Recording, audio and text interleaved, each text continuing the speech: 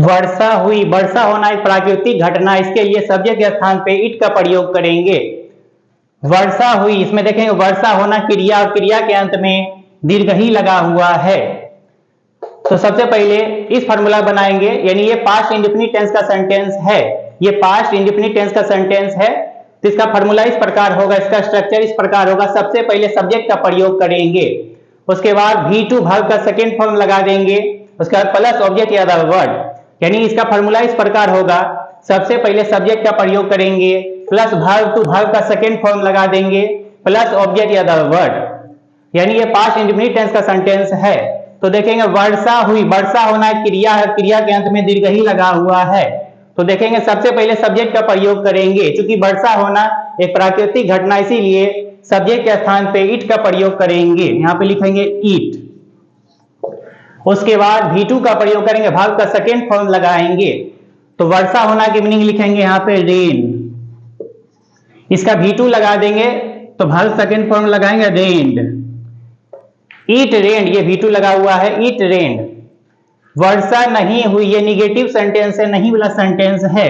तो सबसे पहले यहाँ पे इट का प्रयोग करेंगे, क्योंकि वर्षा होना प्राकृतिक घटना, इसके लिए सब्जेक्ट के स्थान पे इट का प्रयोग करेंगे। सबसे पहले इट लगाएंगे, चूंकि ये निगेटिव सेंटेंस नहीं वाला सेंटेंस है, तो पास्ट टेंस में डिड का प्रयोग करते हैं, यहाँ पे डिड नॉट लगाएंगे, डिड नॉट। उसके बाद वर्ब वन का प्रयोग करेंगे, वर्ब का फर्स्ट फॉर्म लगाएंगे, क्योंकि जब वाक्य में अगर डिड का प्रयोग कहीं भी हो गया, पास्ट टेंस में अगर वाक्य में डिड का प्रयोग हो गया, तो उसके बाद हमेशा जो मेन वर्ब होगा वो फर्स्ट फॉर्म में लगेगा। तो वर्षा होना की मीनिंग लिखेंगे rain. It did not rain, यानी डिड लग जाने के बाद हमेशा वर्ब वन का प्रयोग करेंगे। क्या वर्षा हुई, यहाँ पे देखेंगे क्या लगा हुआ, इंट्रोगेटिव सेंटेंस है, तो सबसे पहले हेल्पिंग वर्ब का प्रयोग करेंगे। सबसे पहले यहाँ पे डिड का प्रयोग करेंगे, हमारा हेल्पिंग वर्ब है डिड। उसके बाद सब्जेक्ट का प्रयोग करेंगे, यहाँ पे सब्जेक्ट लिखेंगे, वर्षा होना प्राकृतिक घटना, इसके लिए सब्जेक्ट के स्थान पे इट का प्रयोग करेंगे, यहाँ पे इट लगाएंगे, डिड इट। उसके बाद वर्ब वन का प्रयोग करेंगे, क्योंकि यहाँ पे डिड का प्रयोग हो गया है वाक्य में, अगर पास्ट टेंस में डिड का प्रयोग अगर हो जाएगा, तो उसके बाद मेन वर्ब जो होगा वो वर्ब का फर्स्ट फॉर्म लगाएंगे। तो वर्षा होना की मीनिंग लिखेंगे रेन, V1 लगाएंगे। Did it rain, question mark दे देंगे। वर्षा कब हुई, यहाँ पे कब लगा हुआ है, तो इस तरह के वाक्य में, इस तरह के टाइलेशन में अगर बीच में कब, क्यों, कहां, क्या, कैसे बीच में अगर लगा रहे, तो यहीं से बनाएंगे। पहले कब की मीनिंग लिखेंगे, यहाँ पे कब से बनाएंगे, कब की मीनिंग लिखेंगे व्हेन। उसके बाद हेल्पिंग वर्ब का प्रयोग करेंगे, हमारा हेल्पिंग वर्ब है डिड, यहाँ पे डिड लगाएंगे।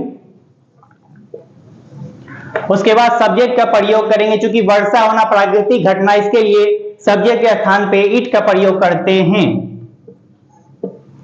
When did it। उसके बाद वर्ब वन का प्रयोग करेंगे, क्योंकि वाक्य में डिड का प्रयोग हो गया है। यदि पास्ट टेंस में डिड का प्रयोग कहीं भी हो जाता है, तो उसके बाद जो आने वाला वर्ब होगा, मेन वर्ब होगा, वो हमेशा वर्ब का फर्स्ट फॉर्म लगेगा। तो वर्षा होना की मीनिंग लिखेंगे रेन, लास्ट में क्वेश्चन मार्क दे देंगे। यानी वाक्य में अगर डिड का प्रयोग हो जाता है, तो उसके बाद आने वाला जो मेन वर्ब होगा वो वर्ब का फर्स्ट फॉर्म लगेगा, When did it rain। तो चलिए बच्चों देखते आगे। जय श्री हरि विष्णु, जय सीताराम। तो बच्चों आज का हमारा टॉपिक है पास्ट इंडेफिनिट टेंस। तो बच्चों आज हम जानेंगे पास्ट इंडेफिनिट टेंस के बारे में। इसी का दूसरा नाम होता है सिंपल पास्ट टेंस, यानी इसी के दो नाम होते हैं, पहला नाम है पास्ट इंडेफिनिट टेंस, अब इसी का दूसरा नाम है सिंपल पास्ट टेंस। तो बच्चों इसका पहचान देखते, पहचानने क्या तरीका है। पहचान, इसमें हिंदी वाक्य के क्रिया के अंत में, इसमें हिंदी वाक्य के क्रिया के अंत में ता था, ती थी, ते थे, या, दीर्घही, ए, आ, आकर, दीर्घीकर, एकर इत्यादि लगा रहता है। यानी इसमें हिंदी वाक्य क्रिया के अंत में ता था, ती थी, ते थे, या, दीर्घही, ए, आ, आकर, दीर्घीकर, एकर इत्यादि लगा रहता है। स्ट्रक्चर, तो बच्चों इसका स्ट्रक्चर देखते, बनावट बनाने क्या तरीका है।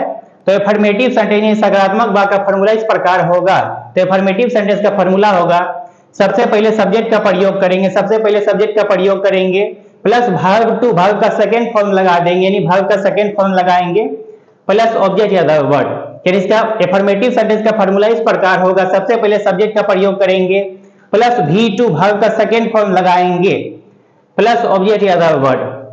यदि निगेटिव सेंटेंस रहे, नहीं वाला सेंटेंस रहे, तो निगेटिव सेंटेंस का फॉर्मूला इस प्रकार होगा, सबसे पहले सब्जेक्ट का प्रयोग करेंगे, उसके बाद प्लस डीड, उसके बाद डीड का प्रयोग कर देंगे, डीड नोट, उसके बाद नोट लगाएंगे, प्लस वर्ब वन, वर्ब का फर्स्ट फॉर्म लगा देंगे। डीड का प्रयोग अगर हो गया है वाक्य में, अगर डीड का प्रयोग कहीं भी हो गया है तो हमेशा वर्ब वन का प्रयोग करेंगे, वर्ब का फर्स्ट फॉर्म लगाएंगे, प्लस ऑब्जेक्ट या द वर्ड।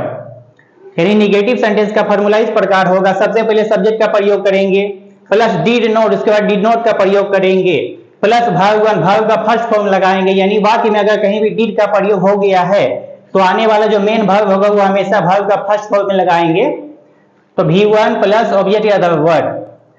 इंट्रोगेटिव सेंटेंस, यदि इंट्रोगेटिव सेंटेंस रहे, क्या वाला सेंटेंस रहे, तो इंट्रोगेटिव सेंटेंस का फॉर्मूला इस प्रकार होगा, सबसे पहले हेल्पिंग वर्ब का प्रयोग करेंगे, सबसे पहले डीड का प्रयोग करेंगे, प्लस सब्जेक्ट, उसके बाद सब्जेक्ट का प्रयोग कर देंगे, प्लस वर्ब वन, वर्ब का फर्स्ट फॉर्म लगाएंगे। यानी बाकी में अगर कहीं भी जो है डीड का प्रयोग हो चुका है तो आने वाला जो मेन वर्ब होगा वो हमेशा वर्ब का फर्स्ट फॉर्म में उपयोग करेंगे, तो V1 का प्रयोग कर देंगे, प्लस ऑब्जेक्ट या द वर्ड, लास्ट में क्वेश्चन मार्क दे देंगे। यानी इंट्रोगेटिव सेंटेंस का फॉर्मूला इस प्रकार होगा, सबसे पहले डीड का प्रयोग करेंगे, प्लस सब्जेक्ट, उसके बाद सब्जेक्ट का प्रयोग कर देंगे, प्लस वर्ब वन, वर्ब का फर्स्ट फॉर्म लगाएंगे, क्योंकि अगर बाकी में डीड का प्रयोग हो गया है कहीं भी तो आने वाला जो मेन वर्ब होगा हमेशा वर्ब का फर्स्ट फॉर्म में लगाएंगे, प्लस ऑब्जेक्ट या द वर्ड, लास्ट में क्वेश्चन मार्क दे देंगे। तो चलिए बच्चों आगे देख लेते हैं एग्जांपल बहुत सारा।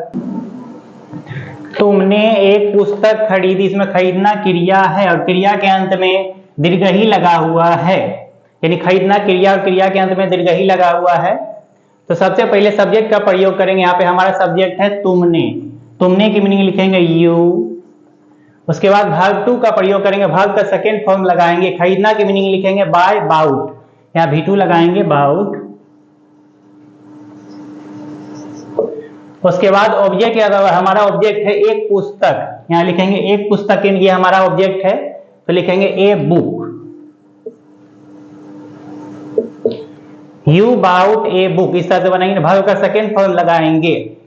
मैंने ताजमहल देखा या मैंने ताजमहल देखा था, दोनों एक ही चीज है। इसमें भी जो है तुमने एक पुस्तक खरीदी, यहाँ पे थी छिपा हुआ है, सभी में था थी छिपा रहता है, तो मैंने ताजमहल देखा या मैंने ताजमहल देखा था, दोनों एक ही ढंग से बनाएंगे। तो सबसे पहले सब्जेक्ट का प्रयोग करेंगे मैंने, मैंने की मीनिंग लिखेंगे आई, उसके बाद V2 का प्रयोग करेंगे, वर्ब का सेकेंड फॉर्म लगाएंगे, देखना की मीनिंग लिखेंगे V2 लगाएंगे सी सॉ, यहाँ V2 लगाएंगे आई सॉ, उसके बाद ऑब्जेक्ट लगाएंगे, हमारा ऑब्जेक्ट है ताजमहल, तो यहाँ पे लिखेंगे द ताजमहल, द लगा देंगे,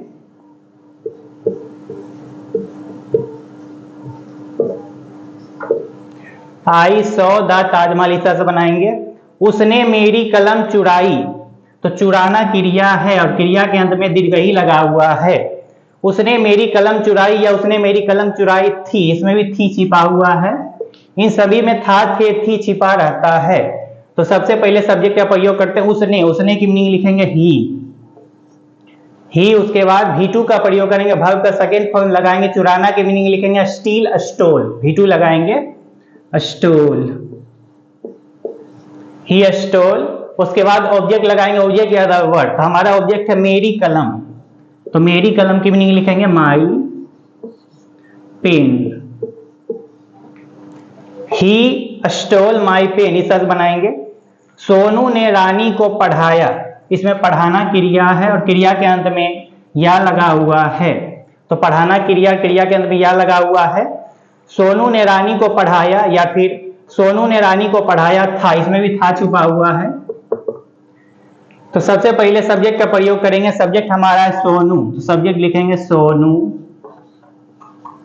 उसके बाद V2 का प्रयोग करेंगे, वर्ब का सेकेंड फॉर्म लगाएंगे, तो पढ़ाना की मीनिंग लिखेंगे टीच टाउट, यहाँ पे लगाएंगे V2 TAUGHT टाउट, V2 का प्रयोग करेंगे सोनू टाउट को, उसके बाद को की मीनिंग लिखेंगे टू, को की मीनिंग लिख देंगे टू, उसके बाद लिखेंगे ऑब्जेक्ट रानी, ऑब्जेक्ट या द वर्ड लिखेंगे, हमारा रानी लिखेंगे यहाँ पे। सोनू टाउ टू रानी, यानी सबसे पहले सब्जेक्ट का प्रयोग करेंगे, उसके बाद वर्ब टू का प्रयोग करेंगे, वर्ब का सेकेंड फॉर्म लगा देंगे, उसके बाद ऑब्जेक्ट या वर्ड। यहां देखेंगे मैं बाजार गई, तो गई यहाँ पे क्रिया है और क्रिया के अंत में दीर्घ ही लगा हुआ है। जाना क्रिया और क्रिया के अंत में दीर्घ ही लगा हुआ है। तो सबसे पहले इस फॉर्मूला बनाएंगे, सब्जेक्ट लिखेंगे, यहाँ पे सब्जेक्ट लिखेंगे मैं की मीनिंग लिखेंगे आई। उसके बाद V2 का प्रयोग करेंगे, वर्ब का सेकेंड फॉर्म लगाएंगे, तो गई की मीनिंग लिखेंगे वेंट, यहाँ V2 लगाएंगे go went, I went to अपने मन से लगाते हैं, टू यहाँ पे अपने मन से लगाते हैं जाने के क्रम में, तो बाजार की मीनिंग लिखेंगे market. I went to market, इस तरह बनाएंगे। मैं बाजार नहीं गई, ये निगेटिव सेंटेंस है, नहीं वाला सेंटेंस है, तो निगेटिव सेंटेंस को बनाएंगे, सबसे पहले सब्जेक्ट लिखेंगे, हमारा सब्जेक्ट है मैं, तो मैं की मीनिंग लिखेंगे आई। तो निगेटिव सेंटेंस में डिड का प्रयोग करते हैं, यहाँ पे डिड लगाएंगे, डिड नोट, निगेटिव सेंटेंस में डिड नोट का प्रयोग करेंगे। और यदि वाक्य में डिड का प्रयोग कहीं भी हो गया है तो हमेशा आने वाला जो मेन वर्ब होगा वो वर्ब का फर्स्ट फॉर्म लगाएंगे। मैं बाजार नहीं गई, यहाँ पे वर्ब वन लगाएंगे, वर्ब का फर्स्ट फॉर्म लगाएंगे, तो जाना की मीनिंग लिखेंगे गो, उसके बाद टू अपने मन से लगाएंगे गो टू, बाजार की मीनिंग लिखेंगे मार्केट। यानी वाक्य में अगर कहीं भी जो है पास्ट टेंस में अगर डिड का प्रयोग हो गया है तो आने वाला जो मेन वर्ब होगा हमेशा वर्ब वन का प्रयोग करेंगे। I did not go to market, इस तरह बनाएंगे। क्या मैं बाजार गई, इसमें दीर्घ ही लगा हुआ, क्रिया के अंत में दीर्घ ही लगा हुआ है। यहाँ पे देखेंगे क्या लगा हुआ है, यानी ये इंट्रोगेटिव सेंटेंस है। सबसे पहले हेल्पिंग वर्ब का प्रयोग करेंगे, सबसे पहले डिड लगाएंगे, हेल्पिंग वर्ब डिड, उसके बाद सब्जेक्ट का प्रयोग करेंगे, यहाँ पे लिखेंगे सब्जेक्ट, हमारा सब्जेक्ट है मैं की मीनिंग लिखेंगे आई, डिड आई। उसके बाद वर्ब वन का प्रयोग करेंगे, क्योंकि वाक्य में डिड का प्रयोग हो गया है, तो वाक्य में अगर डिड का प्रयोग हो जाएगा तो उसके बाद आने वाला जो मेन वर्ब होगा वो वर्ब का फर्स्ट फॉर्म लगाएंगे, तो जाना की मीनिंग लिखेंगे गो, टू अपने मन से लगाएंगे, उसके बाद बाजार की मीनिंग लिखेंगे मार्केट। क्वेश्चन मार्क दे देंगे, did I go to market, इस तरह नहीं। तो चलिए बच्चों आगे देखते हैं और भी एग्जांपल। सीता ने एक पत्र नहीं लिखी, सीता ने एक पत्र नहीं लिखी, ये निगेटिव सेंटेंस है, नहीं वाला सेंटेंस है। और इसमें देखेंगे लिखना क्रिया है, लिखना क्रिया और क्रिया के अंत में दीर्घ ही लगा हुआ है, लिखना क्रिया और क्रिया के अंत में दीर्घ ही लगा हुआ है, ये निगेटिव सेंटेंस है। तो निगेटिव सेंटेंस का फॉर्मूला इस प्रकार होगा, सबसे पहले सब्जेक्ट का प्रयोग करेंगे प्लस डिड नोट, उसके बाद डिड नोट का प्रयोग करेंगे, उसके बाद प्लस वर्ब वन, वर्ब का फर्स्ट फॉर्म लगाएंगे, उसके बाद प्लस ऑब्जेक्ट या अदर वर्ड। यानी सबसे पहले सब्जेक्ट का प्रयोग करते हैं, प्लस डिड नोट, यानी डिड नोट का प्रयोग करेंगे, प्लस वर्ब वन, वर्ब का फर्स्ट फॉर्म लगाएंगे। यदि वाक्य में कहीं भी डिड का प्रयोग हो गया, यानी पास्ट टेंस में, पास्ट इंडेफिनिट में यदि वाक्य में कहीं भी डिड का प्रयोग हो चुका है तो आने वाला जो मेन वर्ब होगा वो वर्ब का फर्स्ट फॉर्म का उपयोग करेंगे, जो मेन वर्ब होगा वर्ब का फर्स्ट फॉर्म लगाएंगे प्लस ऑब्जेक्ट या अदर वर्ड। तो इस फॉर्मूला बनाएंगे, सबसे पहले लिखेंगे सब्जेक्ट, सब्जेक्ट हमारा सीता, यहाँ लिखेंगे सीता। उसके बाद डिड नोट का प्रयोग करेंगे, क्योंकि निगेटिव सेंटेंस है तो डिड नोट का प्रयोग करेंगे, यहाँ लिखेंगे डिड नोट। उसके बाद वर्ब वन का प्रयोग करेंगे, वर्ब का फर्स्ट फॉर्म लगाएं, क्योंकि डिड का प्रयोग हो गया है। यदि पास्ट टेंस में डिड का प्रयोग कहीं भी हो जाए तो आने वाला जो मेन वर्ब है वो हमेशा वर्ब का फर्स्ट फॉर्म लगाएंगे। तो यहाँ पे लिखना की मीनिंग लिखेंगे राइट, वर्ब वन लगा देंगे राइट। उसके बाद लिखेंगे ऑब्जेक्ट के अलावा, हमारा ऑब्जेक्ट है एक पत्र, एक पत्र हमारा ऑब्जेक्ट है, तो यहाँ लिखेंगे a letter. Sita did not write a letter, इस तरह से बनाएंगे। मोना किताब पढ़ती थी, पढ़ना क्रिया है और क्रिया के अंत में ती थी लगा हुआ है, पढ़ना क्रिया और क्रिया के अंत में ती थी लगा हुआ है। तो ये एफर्मेटिव सेंटेंस है। एफर्मेटिव सेंटेंस सबसे पहले सब्जेक्ट का प्रयोग करेंगे, लिखेंगे सब्जेक्ट हमारा है मोना। चूंकि ये एफर्मेटिव सेंटेंस है तो उसके बाद सब्जेक्ट के बाद V2 का प्रयोग करते हैं। एफर्मेटिव सेंटेंस में सब्जेक्ट के बाद V2 लगाएंगे, पढ़ना की मीनिंग लिखेंगे रीड रेड, यहाँ V2 लगाएंगे तो पढ़ना की मीनिंग लिखेंगे रीड रेड, रेड। उसके बाद हमारा ऑब्जेक्ट है, उसके बाद ऑब्जेक्ट का प्रयोग करेंगे, किताब की मीनिंग लिखेंगे a book. Mona red a book, यानी V2 का प्रयोग करेंगे, ये V2 लगा हुआ है, Mona red a book. Mona किताब नहीं पढ़ती थी, ये निगेटिव सेंटेंस है, नहीं वाला सेंटेंस है, इसमें देखेंगे नहीं लगा हुआ है। तो निगेटिव सेंटेंस का फार्मूला इस प्रकार होता है, सबसे पहले सब्जेक्ट का प्रयोग करेंगे प्लस डिड नोट, उसके बाद डिड नोट का प्रयोग कर देंगे, उसके बाद प्लस वर्ब वन का प्रयोग करेंगे, क्योंकि बाद में अगर डिड का प्रयोग हो गया तो आने वाला जो वर्ब होगा वो वर्ब वन लगाएंगे प्लस ऑब्जेक्ट या द वर्ड। तो इस फॉर्मूला बनाते हैं, सबसे पहले सब्जेक्ट लिखेंगे मोना, हमारा सब्जेक्ट है मोना। उसके बाद चूंकि निगेटिव सेंटेंस है तो डिड नोट का प्रयोग करेंगे, यहां पे डिड नोट लगा देंगे, डिड नोट। उसके बाद वर्ब वन का प्रयोग करेंगे, वर्ब का फर्स्ट फॉर्म लगाएंगे, क्योंकि डिड का प्रयोग हो गया है तो वर्ब वन लगाएंगे, पढ़ना की मीनिंग लिखेंगे रीड।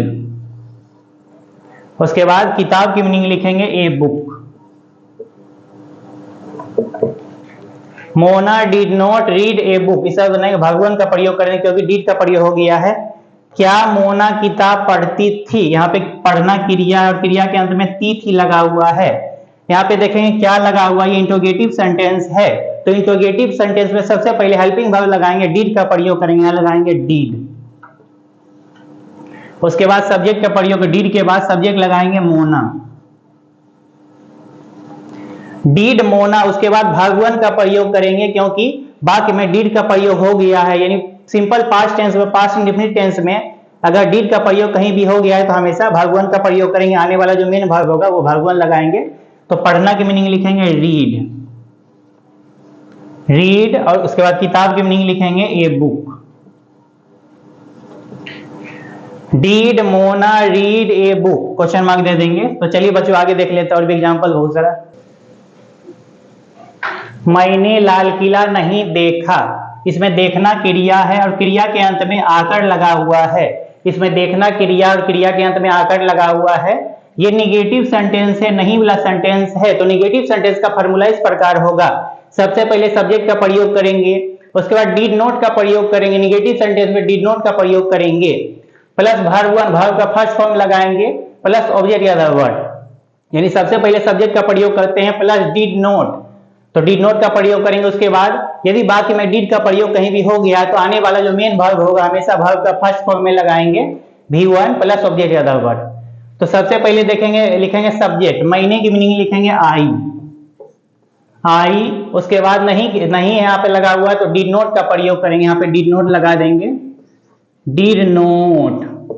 उसके बाद वर्ब वन का प्रयोग करेंगे, वर्ब का फर्स्ट फॉर्म लगाएंगे, देखना की मीनिंग लिखेंगे सी, क्योंकि डिड का प्रयोग हो गया है तो आने वाला मेन वर्ब, वर्ब का फर्स्ट फॉर्म लगाएंगे, आई डिड नॉट सी। उसके बाद ऑब्जेक्ट लिखेंगे, लाल किला की मीनिंग लिखेंगे द रेड फोर्ट, द लगा देंगे, the red fort, Lal Qila की मीनिंग लिखेंगे red fort. I did not see the red fort, इस तरह से बनाएंगे। लता ने एक गीत नहीं गाई, इसमें गाना क्रिया और क्रिया के अंत में दीर्घ ही लगा हुआ है, इसमें गाना क्रिया है और क्रिया के अंत में दीर्घ ही लगा हुआ है। ये निगेटिव सेंटेंस है, नहीं वाला सेंटेंस है, तो सबसे पहले सब्जेक्ट का प्रयोग करेंगे, लिखेंगे सब्जेक्ट हमारा लता, लता।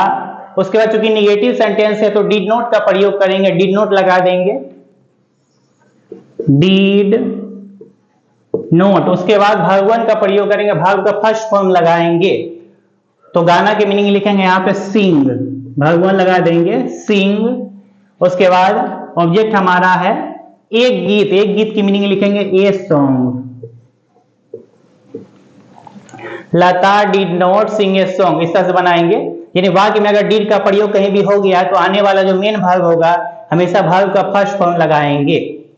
शिक्षक ने अंग्रेजी नहीं पढ़ाई, ये निगेटिव सेंटेंस है, इसमें पढ़ाना क्रिया है और क्रिया के अंत में दीर्घ ही लगा हुआ है, पढ़ाना क्रिया है और क्रिया के अंत में दीर्घ ही लगा हुआ है, ये निगेटिव सेंटेंस है। तो सबसे पहले सब्जेक्ट का प्रयोग करेंगे, हमारा सब्जेक्ट है शिक्षक, शिक्षक की मीनिंग लिखेंगे द टीचर।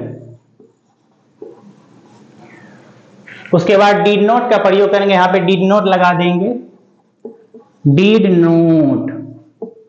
उसके बाद वर्ब वन का प्रयोग करेंगे, वर्ब का फर्स्ट फॉर्म लगाएंगे, पढ़ाना की मीनिंग लिखेंगे, यहाँ पे वर्ब वन का प्रयोग करेंगे, पढ़ाना की मीनिंग लिखेंगे टीच,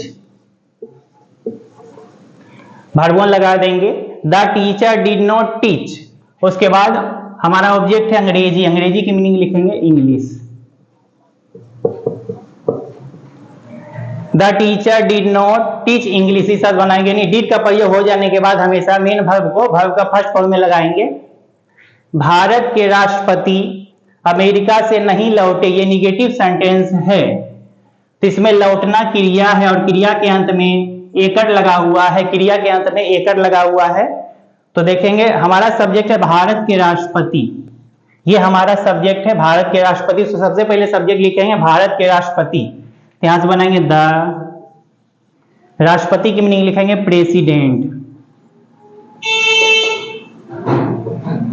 द प्रेसिडेंट ऑफ, के की मीनिंग लिखेंगे ऑफ भारत, भारत की मीनिंग लिखेंगे इंडिया,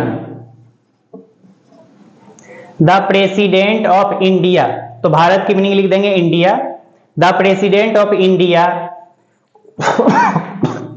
उसके बाद नहीं लगा हुआ है तो डिड नॉट का प्रयोग कर देंगे, यहां पे लिखेंगे डिड नॉट। तो डिड नॉट के बाद वर्ब का फर्स्ट फॉर्म लगाएंगे, V1 का प्रयोग करेंगे, लौटना की मीनिंग लिखेंगे रिटर्न, यानी डिड का प्रयोग अगर बाकी में हो गया है तो हमेशा भगवान का प्रयोग करेंगे, तो यहां लिखेंगे भगवान रिटर्न, रिटर्न लिख देंगे। उसके बाद से की मीनिंग लिखेंगे फ्रॉम, फ्रॉम। उसके बाद लिखेंगे America, AMERICA, the president of India did not return from America, इस तरह से बनाएंगे। तो चलिए बच्चों देखते हैं आगे, बहुत सारा। क्या तुमने मेरी कलम चुराई, इसमें चुराना क्रिया है और क्रिया के अंत में दीर्घई लगा हुआ है, इसमें चुराना क्रिया और क्रिया के अंत में दीर्घई लगा हुआ है। यहाँ पे देखेंगे क्या लगा हुआ है, ये इंट्रोगेटिव सेंटेंस है, तो इंट्रोगेटिव सेंटेंस का फॉर्मूला इस प्रकार होगा, इंट्रोगेटिव सेंटेंस का फॉर्मूला होगा, सबसे पहले डिड का प्रयोग करेंगे, सबसे पहले डिड लगा देंगे प्लस सब्जेक्ट, उसके बाद सब्जेक्ट का प्रयोग कर देंगे प्लस वर्ब, उसके बाद वर्ब का फर्स्ट फॉर्म लगाएंगे प्लस ऑब्जेक्ट या द वर्ड, लास्ट में क्वेश्चन मार्क दे देंगे। यानी सबसे पहले डिड का प्रयोग करेंगे, तो सबसे पहले डिड का प्रयोग करेंगे प्लस सब्जेक्ट, उसके बाद सब्जेक्ट का प्रयोग कर देंगे, उसके बाद वर्ब का फर्स्ट फॉर्म लगाएंगे। यदि बाकी में डिड का प्रयोग कहीं भी हो गया, पास्ट टेंस में, सिंपल पास्ट टेंस में अगर डिड का प्रयोग कहीं भी हो गया है तो आने वाला जो मेन वर्ब होगा हमेशा वर्ब 1 लगाएंगे प्लस ऑब्जेक्ट या द वर्ड, लास्ट में क्वेश्चन मार्क दे देंगे। तो इसी फॉर्मूला बनाएंगे। सबसे पहले देखेंगे क्या लगा हुआ है, तो डिड का प्रयोग करेंगे, यहां लिखेंगे डिड। उसके बाद सब्जेक्ट का प्रयोग करेंगे, हमारा सब्जेक्ट है तुमने, तुमने की मीनिंग लिखेंगे यू, डिड यू। उसके बाद वर्ब 1 का प्रयोग करेंगे, वर्ब का फर्स्ट फॉर्म लगाएंगे, चुराना की मीनिंग लिखेंगे स्टील, वर्ब 1 का प्रयोग करेंगे, चुराना की मीनिंग लिखेंगे स्टील। उसके बाद लिखेंगे ऑब्जेक्ट या द वर्ड, यानी ऑब्जेक्ट हमारा है मेरी कलम, तो मेरी कलम की मीनिंग लिखेंगे माई पेन, लास्ट में क्वेश्चन मार्क दे देंगे। Did you steal my pen, इस तरह से बनाएंगे। क्या राष्ट्रपति ने भाषण दिया, इसमें भाषण देना क्रिया और क्रिया के अंत में या लगा हुआ है, यानी भाषण देना क्रिया है, देना क्रिया और क्रिया के अंत में या लगा हुआ है। तो यहाँ पे देखेंगे क्या लगा हुआ है, ये इंट्रोगेटिव सेंटेंस है, तो सबसे पहले डिड का प्रयोग करेंगे, यहाँ लिखेंगे डिड। उसके बाद सब्जेक्ट का प्रयोग करेंगे, हमारा सब्जेक्ट है राष्ट्रपति, तो राष्ट्रपति की मीनिंग लिखेंगे द प्रेसिडेंट, यहाँ पे द लगाएंगे क्योंकि राष्ट्रपति महान व्यक्ति होते हैं, द प्रेसिडेंट,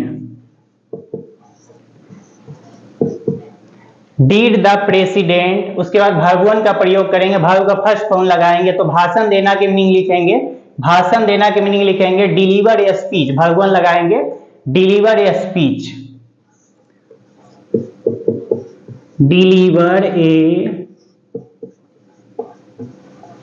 स्पीच।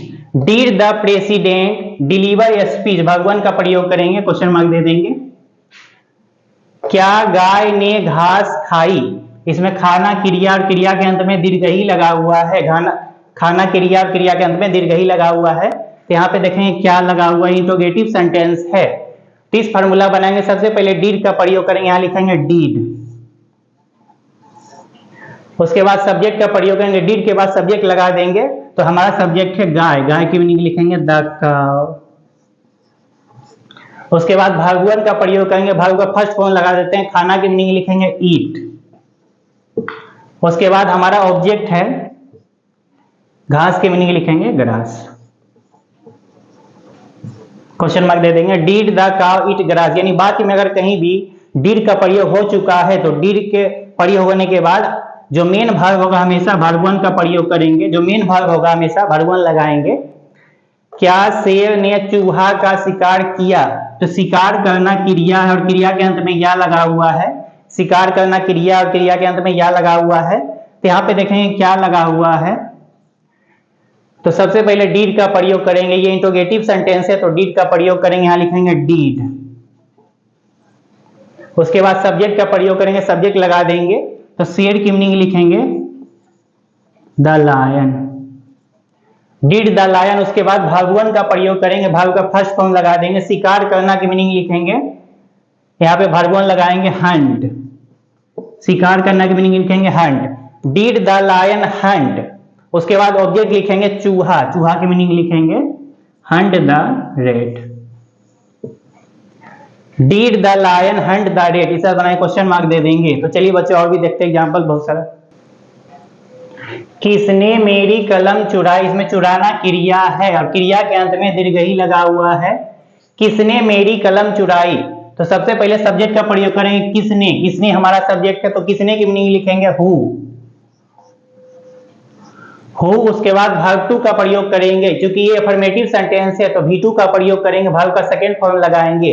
तो चुराना की मीनिंग लिखेंगे स्टील स्टोल, यहां लिखेंगे स्टोल। उसके बाद हमारा ऑब्जेक्ट लगाएंगे मेरी कलम, तो मेरी कलम हमारा ऑब्जेक्ट है तो लिखेंगे my pen. Who stole my pen, इस तरह से बनाएंगे। तुम विद्यालय से कब आए, तुम विद्यालय से कब आए, यहाँ पे कब लगा हुआ है और आना क्रिया है और क्रिया के अंत में ए लगा हुआ है, क्रिया के अंत में ए लगा हुआ है। तो देखेंगे यहाँ पे कब लगा हुआ है। तो इस तरह के ट्रांसलेशन में अगर बीच में कब, क्यों, कहां, क्या, कैसे यहाँ पे लगा रहे, बीच में कब लगा रहे, तो यहीं बनाएंगे। पहले कब की मीनिंग लिखेंगे व्हेन। उसके बाद हेल्पिंग वर्ब का प्रयोग करेंगे, डिड लगा देंगे, डिड लगाएंगे व्हेन डिड। उसके बाद सब्जेक्ट का प्रयोग करेंगे, हमारा सब्जेक्ट है तुम की मीनिंग लिखेंगे यू, व्हेन डिड यू। उसके बाद वर्ब वन का प्रयोग करेंगे, क्योंकि वाक्य में अगर डिड का प्रयोग कहीं भी हो गया है तो डिड के प्रयोग हो जाने के बाद हमेशा वर्ब वन का प्रयोग करेंगे। तो आना की मीनिंग लिखेंगे कम, कम। उसके बाद से की मीनिंग लिखेंगे फ्रॉम, से की मीनिंग यहां पे लगाएंगे फ्रॉम। उसके बाद लिखेंगे विद्यालय की मीनिंग लिखेंगे school. When did you come from school, इस तरह बनाएंगे। उन लोगों ने फुटबॉल कहाँ खेला, कहाँ खेला, इसमें खेलना क्रिया और क्रिया के अंत में आकर लगा हुआ है, खेलना क्रिया और क्रिया के अंत में आकर लगा हुआ है। तो यहाँ पे देखेंगे कहाँ लगा हुआ है। तो इस तरह के वाक्य में अगर सेंटेंस में बीच में कब, क्यों, क्या, कहाँ, कैसे बीच में लगा रहे तो यही बनाएंगे। पहले कहाँ की मीनिंग लिखेंगे वेयर, वेयर। उसके बाद हेल्पिंग वर्ब का प्रयोग करेंगे, यहाँ पे डीड का प्रयोग कर देंगे वेयर डीड। उसके बाद सब्जेक्ट लगाएंगे, हमारा सब्जेक्ट है उन लोगों, उन लोगों की मीनिंग लिखेंगे दे, वेयर डीड दे। उसके बाद वर्ब वन का प्रयोग करेंगे, क्योंकि वाक्य में डीड का प्रयोग हो गया है तो मेन वर्ब जो होगा वर्ब वन का प्रयोग करेंगे। खेलना की मीनिंग लिखेंगे प्ले। उसके बाद हमारा जो ऑब्जेक्ट है वो है फुटबॉल, यहां लिखेंगे फुटबॉल। क्वेश्चन मार्क दे देंगे। Where did they play football, इस तरह बनाएंगे। क्या तुम मुझे जानते थे, क्या तुम मुझे जानते थे, इसमें जानना क्रिया है और क्रिया के अंत में थे लगा हुआ है। जानना क्रिया और क्रिया के अंत में थे लगा हुआ है। तो सबसे पहले देखेंगे यहाँ पे क्या लगा हुआ, इंट्रोगेटिव सेंटेंस है तो सबसे पहले डीड का प्रयोग करेंगे, डीड लगाएंगे। उसके बाद सब्जेक्ट का प्रयोग करेंगे, हमारा सब्जेक्ट है तुम की मीनिंग लिखेंगे यू, डीड यू। उसके बाद वर्ब वन का प्रयोग करेंगे, क्योंकि वाक्य में डीड का प्रयोग हो गया है तो डीड के प्रयोग हो जाने के बाद हमेशा वर्ब वन का प्रयोग करेंगे। जानना की मीनिंग लिखेंगे know, K N O W, did you know. मुझे, मुझे की मीनिंग लिखेंगे me, did you know me. Question mark दे देंगे। तो चलिए बच्चे और भी देखते हैं एग्जाम्पल बहुत सारा। मैंने इस पेड़ को नहीं काटा। इसमें काटना क्रिया और क्रिया के अंत में आकर लगा हुआ है। इसमें काटना क्रिया और क्रिया के अंत में आकर लगा हुआ है। यहाँ देखेंगे ये निगेटिव सेंटेंस है, नहीं वाला सेंटेंस है। तो सबसे पहले सब्जेक्ट का प्रयोग करेंगे, मैंने की मीनिंग लिखेंगे आई। उसके बाद चूंकि निगेटिव सेंटेंस है तो डिड नॉट का प्रयोग करेंगे, यहाँ पे लिखेंगे डिड नॉट। उसके बाद भाग वन का प्रयोग करेंगे, चूंकि वाक्य में डिड का प्रयोग हो गया है तो आने वाला जो मेन भाग होगा भाग वन का प्रयोग करेंगे। काटना के मीनिंग लिखेंगे कट। उसके बाद लिखेंगे ऑब्जेक्ट, हमारा ऑब्जेक्ट है इस पेड़। इस पेड़ की मीनिंग लिखेंगे दिस ट्री। दिस ट्री, इसकी मीनिंग लिखेंगे दिस और पेड़ की मीनिंग लिखेंगे tree. I did not cut this tree, इस तरह से बनाएंगे। क्या वृक्ष ने हमें फल दिया? क्या वृक्ष ने हमें फल दिया? यहाँ पे क्या लगा हुआ है? ये इंट्रोगेटिव सेंटेंस है, क्या लगा हुआ है? तो सबसे पहले डीड का प्रयोग करेंगे, यहाँ पे लिखेंगे डीड। डीड, उसके बाद सब्जेक्ट का प्रयोग करेंगे, हमारा सब्जेक्ट है वृक्ष की मीनिंग लिखेंगे the tree. Did the tree. उसके बाद भाग वन का प्रयोग करेंगे, भाग का फर्स्ट फॉर्म लगाएंगे क्योंकि डीड का प्रयोग हो गया है तो डीड का प्रयोग हो जाने के बाद भाग वन का प्रयोग करेंगे। तो देना की मीनिंग लिखेंगे यहाँ पे गिव। गिव, उसके बाद हमें, हमें की मीनिंग लिखेंगे अस। अस, उसके बाद लास्ट में लिखेंगे फल की मीनिंग लिखेंगे फ्रूट। क्वेश्चन मार्क दे देंगे। Did the tree give us fruit, इस तरह बनाएंगे। पुलिस ने चोर को नहीं पकड़ा, ये निगेटिव सेंटेंस है, नहीं वाला सेंटेंस है। पुलिस ने चोर को नहीं पकड़ा या फिर पुलिस ने चोर को नहीं पकड़ा था, इसमें था छिपा हुआ है। इन सभी में था, थे, थी छिपा हुआ, इसमें भी जो है था छुपा हुआ है। पुलिस ने चोर को नहीं पकड़ा, यहाँ पे था छिपा हुआ था तो लिखेंगे सब्जेक्ट, लिखेंगे हमारा सब्जेक्ट है द पुलिस। यहाँ लिखेंगे द पुलिस। चूंकि ये निगेटिव सेंटेंस है, नहीं वाला सेंटेंस है तो डिड नॉट का प्रयोग करेंगे। निगेटिव सेंटेंस में डिड नॉट लगा देंगे, डिड नॉट। उसके बाद भाग वन का प्रयोग, क्योंकि यहाँ पे डिड का प्रयोग हो गया है तो मेन भाग का प्रयोग करेंगे, भाग वन लगाएंगे। तो पकड़ना की मीनिंग लिखेंगे कैच। कैच। उसके बाद को की मीनिंग लिखेंगे, यहाँ पे को लगा हुआ तो को की मीनिंग लिखेंगे टू। उसके बाद चोर की मीनिंग लिखेंगे thief. The police did not catch to the thief, यहां द भी लगा सकते हैं, टू थीप। मैंने मोना को कब देखा था, यानी कब देखा या कब देखा था दोनों एक ही चीज है तो यहाँ पे देखेंगे कब लगा हुआ है। तो इस तरह के वाक्य में अगर बीच में कब, क्यों, कहां, क्या, कैसे बीच में लगा रहे तो पहले हिंस बनाएंगे। कब की मीनिंग लिखेंगे व्हेन। व्हेन। उसके बाद हेल्पिंग वर्ब का प्रयोग करेंगे, हेल्पिंग वर्ब लगाएंगे डीड। उसके बाद सब्जेक्ट लिखेंगे, हमारा सब्जेक्ट है महीने, महीने की मीनिंग लिखेंगे आई। When did I. उसके बाद वर्ब वन का प्रयोग करेंगे क्योंकि यहाँ पे डिड का प्रयोग हो गया है तो वर्ब वन का प्रयोग करेंगे। देखना की मीनिंग लिखेंगे सी। व्हेन डिड आई सी। उसके बाद को की मीनिंग लिखेंगे यहाँ पे टू।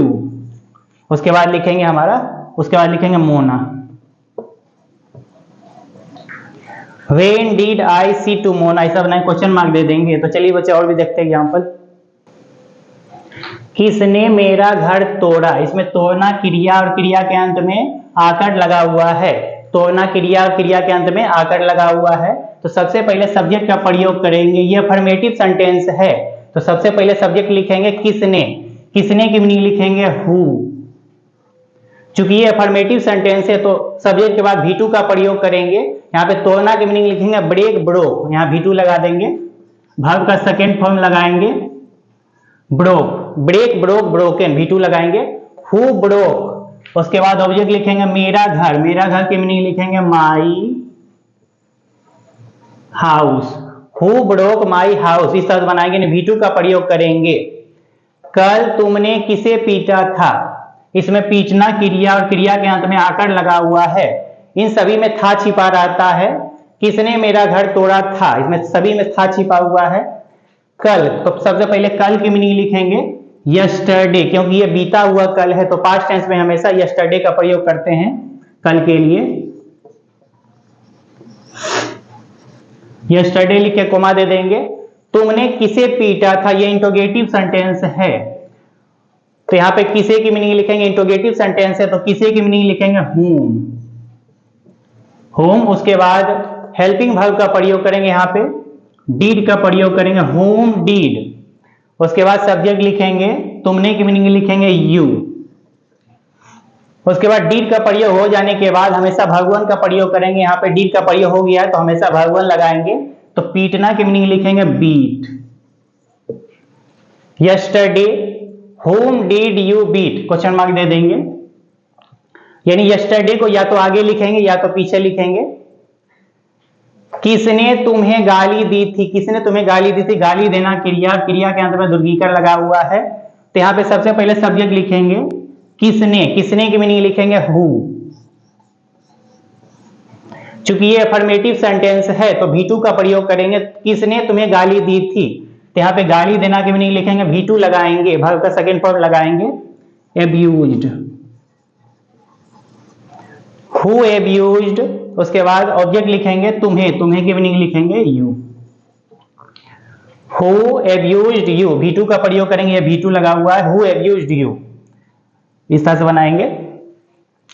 पुलिस ने किसे गिरफ्तार किया था, पुलिस ने किसे गिरफ्तार किया था, यहाँ पे किसे लगा हुआ है तो यहीं से बनाएंगे, ये इंट्रोगेटिव सेंटेंस है तो यहाँ पे बनाएंगे किसे, किसे की मीनिंग लिखेंगे। ये सभी क्वेश्चन मार्क वाला सेंटेंस है, इसमें भी क्वेश्चन मार्क लगा देते हैं, इसमें भी क्वेश्चन मार्क लगा, ये सभी क्वेश्चन वाला सेंटेंस है, क्वेश्चन पूछा जा रहा है। पुलिस ने किसे गिरफ्तार किया तो किसे की मीनिंग लिखेंगे हूम। उसके बाद हेल्पिंग वर्ब लगाएंगे, डीड का प्रयोग करेंगे, whom did। उसके बाद सब्जेक्ट लिखेंगे, हमारा सब्जेक्ट है पुलिस, यहां लिखेंगे the police, whom did the police. उसके बाद भगवान का प्रयोग करेंगे, क्योंकि यहाँ पे डीड का प्रयोग हो गया है तो बाद में अगर डीड का प्रयोग हो जाने पे हमेशा भगवान का प्रयोग करेंगे, तो गिरफ्तार करना के मीनिंग लिखेंगे arrest, whom did the police arrest, question mark दे देंगे, whom did the police arrest. तो चलिए बच्चों आगे देखते हैं, और भी एग्जाम्पल बहुत सारा। मैंने कोयल को गाते हुए सुना, मैंने कोयल को गाते हुए सुना, सबसे पहले बनाएंगे मैंने सुना, कोयल को गाते हुए इसका काम लास्ट में करेंगे, सबसे बनाएंगे मैंने सुना, सबसे पहले बनाएंगे मैंने सुना, तो मैंने की मीनिंग लिखेंगे आई। उसके बाद V2 का प्रयोग करेंगे, सुना की मीनिंग लिखेंगे लिसेंड, LISTENED, लिसेंड, V2 का प्रयोग करेंगे। उसके बाद ऑब्जेक्ट लिखेंगे कोयल, कोयल हमारा ऑब्जेक्ट है तो कोयल की मीनिंग लिखेंगे the Kuku, I लिसेंड the Kuku. उसके बाद इसमें जो सेकेंड वर्ब होगा तो उसमें जो है गाते हुए काम जारी है, तो गाते हुए काम जारी रहने पे V4 का प्रयोग करेंगे, तो गाते हुए की मीनिंग लिखेंगे सिंगिंग, गाते हुए काम जारी है तो काम जारी होने पे ING का प्रयोग करेंगे, V4 लगाएंगे singing, I लिसेंड the Kuku singing, इस तरह से बनाएंगे। उसने मोना को हंसते हुए देखा, तो यहां सबसे पहले बनाएंगे उसने देखा, उसने देखा बनाएंगे, उसने की मीनिंग लिखेंगे ही। उसके बाद देखना की मीनिंग लिखेंगे, V2 लगाएंगे सौ। उसके बाद हमारा ऑब्जेक्ट है मोना, यहां लिखेंगे मोना। उसके बाद इसमें जो सेकेंड वर्ब है, इसमें दो वर्ब है इन सभी में, तो सेकेंड वर्ब का प्रयोग करेंगे, हंसते हुए काम जारी है तो काम जारी होने पे V4 का प्रयोग करेंगे, हंसते हुए की मीनिंग लिखेंगे लाफिंग, LAUGHING, लाफिंग, यानी काम जारी होने पे V4 का प्रयोग करेंगे, वर्ब में ING लगा देंगे, ही सो मोना लाफिंग, इस तरह से बनाएंगे। मैंने अपना घर टूटा हुआ पाया, मैंने अपना घर टूटा हुआ पाया, तो सबसे पहले हम बनाएंगे मैंने पाया, तो यहाँ लिखेंगे मैंने की मीनिंग आई। उसके बाद पाया, इसका V2 प्रयोग करेंगे, फाइंड फोन्ड, यहाँ V2 लगा देंगे फोन्ड, ये V2 का प्रयोग किया गया, आई फोन्ड, फाइंड फोन्ड फोन्ड, तो आई फोन्ड। उसके बाद ऑब्जेक्ट लिखेंगे अपना घर, तो अपना घर की मीनिंग लिखेंगे, आई के लिए माई का प्रयोग करेंगे, अपना की मीनिंग माई हाउस,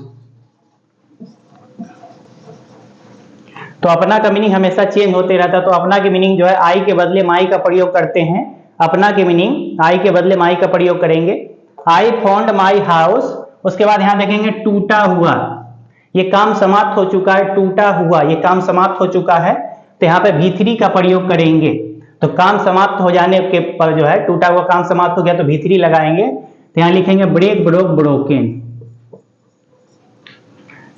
टूटा हुआ चूंकि काम समाप्त हो गया है तो यहाँ V3 का प्रयोग करेंगे। अगर काम जारी रहेगा तो V4 लगाएंगे। I found my house broken, इस तरह से बनाएंगे। यानी इन सभी में दो वर्ब का प्रयोग किया गया। यानी पहला जो वर्ब होगा उसमें V2 का प्रयोग करेंगे, V2 लगाएंगे जो पहला वर्ब होगा। और जो दूसरा वर्ब होगा अगर काम जारी रहे तो V4 का प्रयोग करेंगे, काम जारी होने पे V4 लगाएंगे। अगर काम खत्म हो गया है तो V3 का प्रयोग करेंगे सेकेंड वर्ब में, और पहला वर्ब हमेशा V2 का प्रयोग करेंगे। उसने अपना कपड़ा जला हुआ देखा, तो सबसे पहले देखेंगे उसने देखा, यहाँ उसने की मीनिंग लिखेंगे ही। उसके बाद देखा यानी V2 का प्रयोग करेंगे, लिखेंगे सो। वर्ब V2 का प्रयोग कर देंगे, वर्ब का सेकेंड फॉर्म लगाएंगे ही सो। उसके बाद लिखेंगे ऑब्जेक्ट हमारा है अपना कपड़ा, तो अपना के मीनिंग ही के लिए हिज का प्रयोग करेंगे, हिज। कपड़ा की मीनिंग लिखेंगे cloth. He saw his cloth, यानी अपना की मीनिंग जो है ही के लिए हिज का प्रयोग करेंगे, अपना की मीनिंग ही के लिए हिज का प्रयोग करेंगे। ही सॉ हिज क्लोथ, जला हुआ, जला हुआ इसमें काम समाप्त हो चुका है, जला हुआ तो काम समाप्त हो चुका है तो यहाँ पे V3 का प्रयोग करेंगे। काम समाप्त हो जाएगा तो V3 का प्रयोग करेंगे। तो जला हुआ के मीनिंग लिखेंगे बर्न्ड, BURNT, यानी V3 का प्रयोग करेंगे। ये V3 लिखा हुआ है, ये भी V3, यानी अगर काम जारी रहेगा तो V4 का प्रयोग करेंगे, काम समाप्त हो जाएगा तो V3 का प्रयोग करेंगे। और यहाँ पे V2 लगा हुआ है। ही सो हिज क्लोथ बर्न, इस तरह से बनाएंगे। तो चलिए बच्चों देखते हैं आगे और भी। सीता ने एक गीत गाई, इसमें गीत गाना क्रिया और क्रिया के अंत में दीर्घई लगा हुआ है। गीत गाना क्रिया और क्रिया के अंत में दीर्घई लगा हुआ है, तो ये अफर्मेटिव सेंटेंस है। तो सबसे पहले सब्जेक्ट का प्रयोग करेंगे, लिखेंगे हमारा सब्जेक्ट है सीता। चूंकि ये अफर्मेटिव सेंटेंस है तो यहाँ पे V2 का प्रयोग करेंगे, वर्ब का सेकेंड फॉर्म लगाएंगे। तो यहाँ पे V2 का प्रयोग करेंगे। गाना के मीनिंग लिखेंगे सिंग, सेंग, V2 लगा देंगे, यहाँ पे लिखेंगे सेंग। उसके बाद लिखेंगे एक गीत, ये हमारा ऑब्जेक्ट है, एक गीत लिखेंगे ए सॉन्ग, यानी हमेशा इसमें V2 का प्रयोग करेंगे। चूंकि ये अफर्मेटिव सेंटेंस है तो V2 का प्रयोग करेंगे। सीता ने एक गीत नहीं गाई, ये निगेटिव सेंटेंस है, नहीं वाला सेंटेंस है, तो सबसे पहले सब्जेक्ट लिखेंगे सीता। चूंकि ये निगेटिव सेंटेंस है तो डिड नॉट का प्रयोग करेंगे, यहां लिखेंगे did not, Sita did not. उसके बाद भगवान का प्रयोग, क्योंकि यहाँ पे डिड का प्रयोग हो गया है तो डिड का प्रयोग हो जाने के बाद हमेशा भगवान का प्रयोग करेंगे। यहाँ पे लिखेंगे गाना के मीनिंग लिखेंगे भगवान, सिंग लगा देंगे, सिंग, सिंग। उसके बाद एक गीत की मीनिंग लिखेंगे, ये हमारा ऑब्जेक्ट है एक गीत, यानी सिंग ए सॉन्ग, ये अपने मन से लगाएंगे, sing a song. Sita did not sing a song. क्या सीता ने एक गीत गाई, तो यहाँ पे क्या लगा हुआ, ये इंट्रोगेटिव सेंटेंस है, तो सबसे पहले हेल्पिंग वर्ब लगाएंगे डीड, डीड। उसके बाद सब्जेक्ट लिखेंगे, हमारा सब्जेक्ट है सीता, यहां लिखेंगे सीता। चूंकि बाकी में डीड का प्रयोग हो चुका है तो डीड का प्रयोग होने के बाद जो मेन वर्ब होगा हमेशा वर्ब वन लगाएंगे। तो यहाँ पे गीत गाना की मीनिंग लिखेंगे sing a song, verb one का प्रयोग करेंगे, ये वर्ब वन लगा हुआ sing a song. Question mark दे देंगे। Did Sita sing a song, इस तरह बनाएंगे। सीता ने एक गीत कब गाई, यहाँ पे कब लगा हुआ है, तो इस तरह के बाकी में अगर बीच में कब क्यों कहाँ क्या कैसे यहाँ पे लगा रहे तो पहले यहीं से बनाएंगे। पहले कब की मीनिंग लिखेंगे, कब की मीनिंग लिखेंगे व्हेन। उसके बाद हेल्पिंग वर्ब लगाएंगे, हेल्पिंग वर्ब लगाएंगे डीड। उसके बाद हमारा सब्जेक्ट लिखेंगे यहाँ पे सीता, सब्जेक्ट लिखेंगे सीता। When did सीता, उसके बाद भगवान का प्रयोग करेंगे, क्योंकि बाकी में डीड का प्रयोग हो चुका है तो डीड के प्रयोग होने के बाद भगवान लगाएंगे। यहाँ पे गीत गाना की मीनिंग लिखेंगे सिंग ए सॉन्ग, V1 लगाएंगे sing a song. Question mark दे देंगे। When did Sita sing a song, इस तरह बनाएंगे। क्या सीता ने एक गीत नहीं गाई, यहाँ पे क्या लगा हुआ है और यहाँ पे नहीं लगा हुआ है, ये इंट्रोगेटिव निगेटिव सेंटेंस है। ये इंट्रोगेटिव निगेटिव सेंटेंस से पहले हेल्पिंग वर्ब लगाएंगे डीड। उसके बाद सब्जेक्ट लिखेंगे सीता, हमारा सब्जेक्ट है सीता। डीड सीता, उसके बाद नहीं की मीनिंग लिखेंगे नोट, उसके बाद नोट लगा देंगे। डीड सीता नोट, उसके बाद भगवान का प्रयोग करेंगे, क्योंकि बाकी में डीड का प्रयोग हो गया है तो हमेशा भगवान लगाएंगे, आने वाला जो मेन वर्ब होगा तो भगवान लगाएंगे। गीत गाना के मीनिंग लिखेंगे sing a song, question mark दे देंगे। Did Sita not sing a song, इस तरह बनाएंगे। यानी वाक्य में अगर कहीं भी डीड का प्रयोग हो चुका है तो हमेशा मेन वर्ब जो है भगवान का प्रयोग करेंगे। और बच्चों, हमारे वीडियो को लाइक और सब्सक्राइब करने की जरूरत बिल्कुल भी नहीं है, क्योंकि हमारा मकसद बच्चों को सही शिक्षा देना है, ना कि किसी किस्म का व्यापार करना। बहुत बहुत धन्यवाद।